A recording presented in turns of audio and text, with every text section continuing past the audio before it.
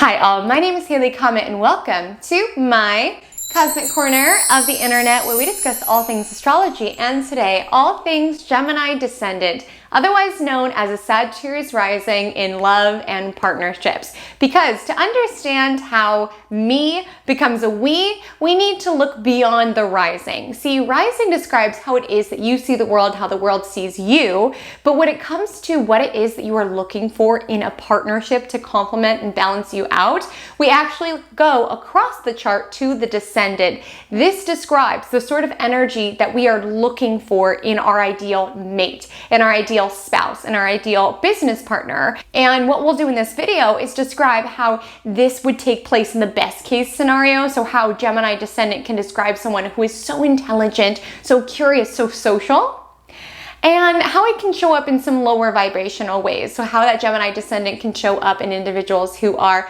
duplicitous or shallow or two-faced. It truly can go either way. So it's important to shine some light on this angle to understand who it is that we are drawn to, why it is that we are drawn to them, and to truly make sure that we are balancing out our own weaknesses, because that's what a partnership is, right? That's why they say opposites attract. Like when we talk about ascendant and descendant, it's always opposite signs, because that's what it takes to be able to complement us, to be able to balance out where we may feel that we are deficient. Slowly breaking it all down, my love, but if you wouldn't mind, if you gain any value from this video, if you can consider dropping a like, commenting below, turning notifications on, or truly any of those buttons is so appreciated. Important disclaimer before I go into the light side of Gemini Descendant and the shadow side. Firstly, it's not that you physically need to date a Gemini. Oftentimes that can actually be a great fit. This gets more into house overlays, like if someone's planets land in your 7th house. You can check out my synastry video for more details on that.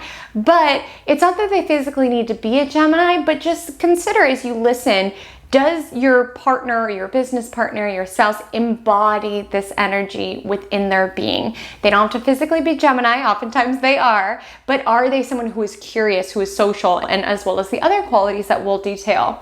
To get more specific for your chart, I want you to find Mercury, the planet of communication. I want you to find the sign and the house that it is placed in. This can describe your ideal match and qualities that they embody, or what it is that you are looking for in your ideal match. So this will differ person to person. Someone who has Mercury in Libra will value deeper someone who is a smooth talker, who is able to keep the peace amongst social groups.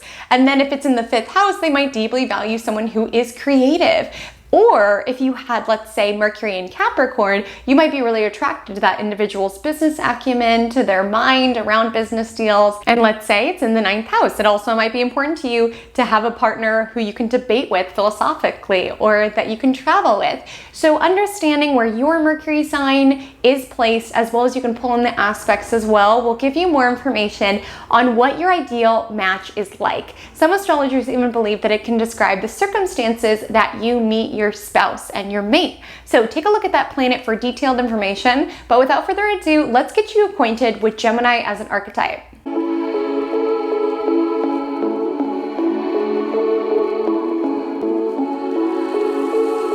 Okay, so let's discuss the light side of having a Gemini Descendant. So your highest vibrational or your best match is someone who is able to take the raw optimism and faith that you have and be able to temper it with logic. See, you as a Sagittarius rising, and I did a whole video on this if you want to take a deep dive into that, but you as a Sagittarius rising, you view the world through this lens of optimism and spontaneity and adventure. And truly you are looking for this quest to get closer to your own personal sense of truth, your own personal sense of meaning.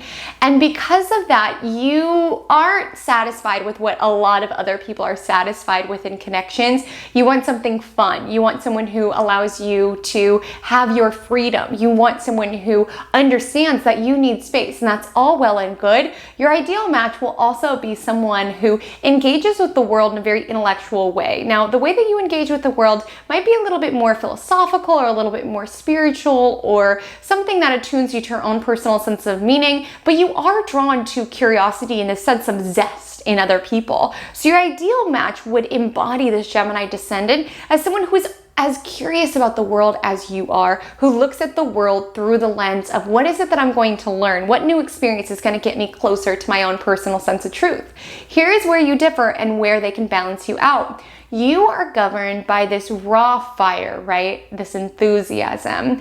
And with that, sometimes you can get ahead of yourself or be rather impulsive or headstrong. Gemini, your descendant, represents that you are drawn to individuals who are able to be the logic, to be like, you might be someone where it's like when the going gets tough, the tough books a plane ride to Bali, and your ideal partner might be like, okay, let's talk about this. Let's get to the bottom of things. You need a partner who reminds you of the logic of the situation, who brings you back to earth, not in a way that deflates your enthusiasm, but in a way that gently reminds you, okay, is this the wisest decision? Because you are someone where you can absolutely be quite spontaneous like that. And sometimes when it feels right, logic might not be necessarily what you think of. So your ideal match is someone who is able to maybe present you with the facts and figures of the plane ticket or anything that helps you ground down and sort of see the logical side of the situation.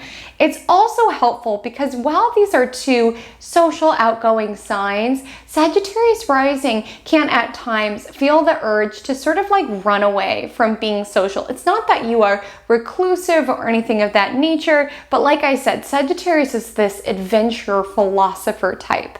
And oftentimes they can feel like they're on this quest solo and they need to be free. And with that desire to feel free, sometimes they don't want to feel beholden to people or to individuals. So it's easier for them to be able to maintain their own space, not return texts or anything of that nature. Their ideal mate will be someone who reminds them to be social, to hang out with their friends, maybe someone who's fine with double dating, someone who reminds them that connections are important. Like Sagittarius rising can sometimes have this energy around needing to be free in life, needing to be able to pick up and leave whenever possible. But their ideal match will be like, no, it's also important that we have a network and that we're connecting with people. So the ideal match for Sagittarius rising is someone who is able to load up their social calendar essentially with fun things to do and ways to get out there, because sometimes Sagittarius rising just feels like they need to do it on their own.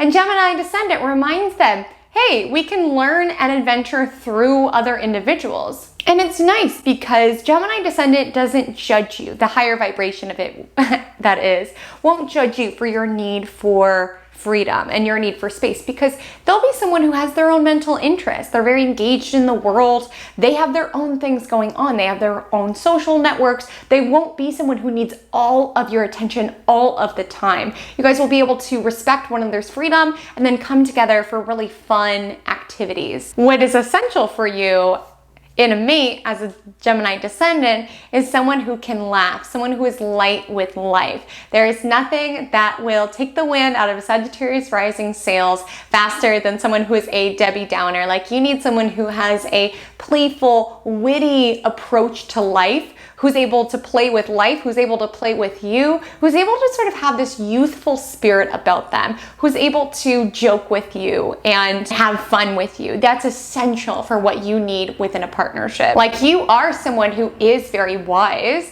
You spend a lot of time considering your role in the bigger picture of it, but it's helpful to have someone who can take you out of that every so often and just laugh and be witty and just remember that life is here to be fun. I love this axis because you're really looking for a partner who reminds you how fun life is, that every single day can be an adventure.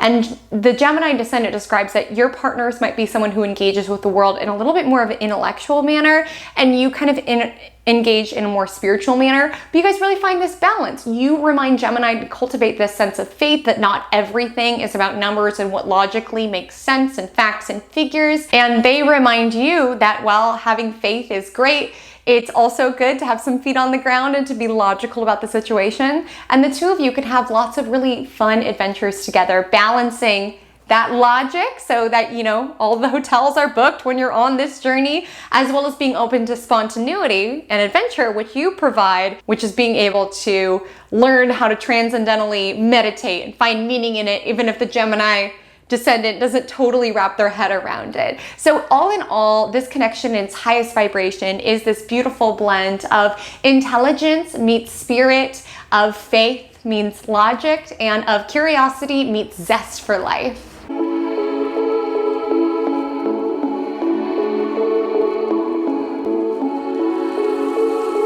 Okay, but not every single one of your connections will go that way, okay? And that's why we need to talk about the shadow side of Gemini Descendant. So you can be attracted to individuals who are two-faced. And now, I don't love this as an astrologer. I feel like it's used so often, but we do need to keep in mind that Gemini is the twins. They do literally have two faces. And sometimes you can find that you're drawn to people where it's like, whether they have a double life or they're one way with their friends and one way with you. Sometimes you could be drawn to people who do have different facets to their being. That's why, you know, Gemini energy is able to be so light and playful with life. They're not as rigid as you are. Like, you're pretty rigid when it comes to your beliefs and the person that you are. You're on the search for the truth.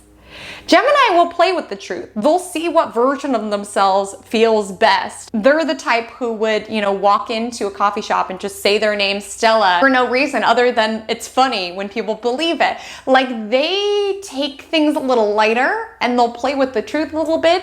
And within partnership, that could be frustrating because you could be like, well, who are you? Like, who are you really? Which face is really yours? Where is it that you stand? That can be frustrating for you because you are someone who you say you are. You are authentic. So it can be frustrating to be with someone who you feel has hidden sides or is duplicitous in some way. Now, the next shadow side is that you can be drawn to individuals who don't know how to dream or how to get out of their mind. Like, the higher vibration of this is you're drawn to people who are very intelligent, very brainy, always talking, perhaps really eloquent.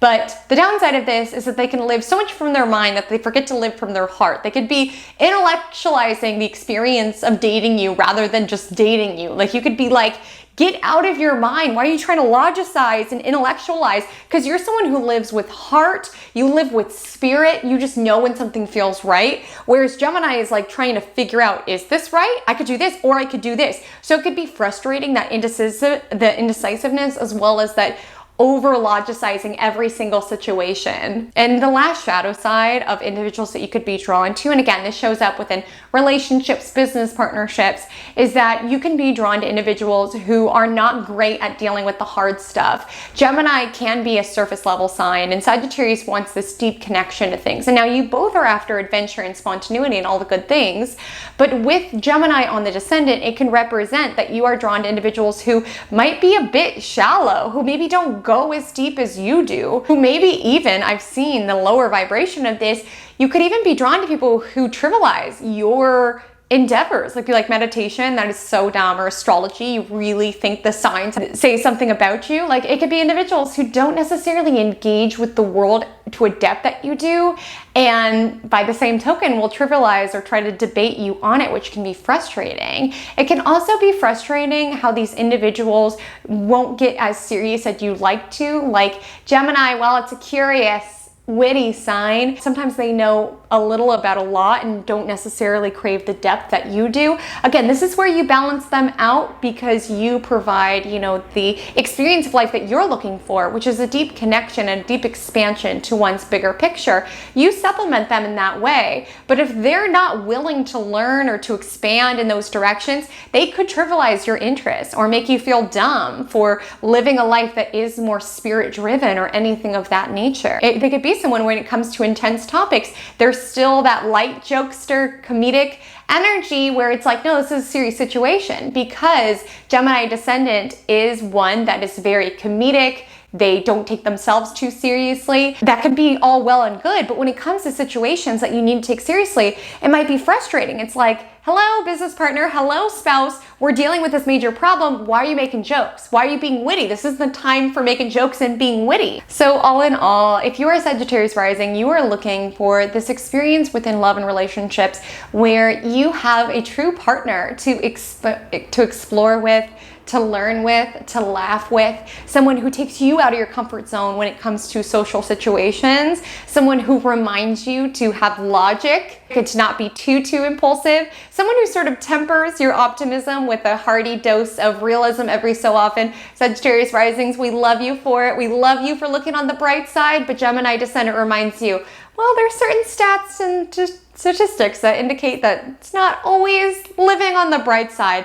all in all, look for partners who challenge you intellectually, who expand you socially, and who make the world seem like a more exciting, a more adventurous, a more fascinating place to live. And that's when you know that you have found a embodied version of the Gemini Descendant mate that you are looking for. And again, look to your Mercury sign, house, as well as aspects, as that'll give you more context around your ideal mate, what they're like, where you could even meet them, what you are truly looking for to balance you out. And it's not that you physically have to date a Gemini, simply someone who embodies this Gemini-like energy. So loves, my Instagram handle is at Haley Comet Astrology. My TikTok is the same. I would love to connect over there. And I'm working through this series slowly but surely. We've had some other uploads coming up. So I apologize for the slight delay in between, but trust me, I will get to every single descendant. I'm having so much fun with this series. And loves, until we meet again, drink lots of water and stay cosmic.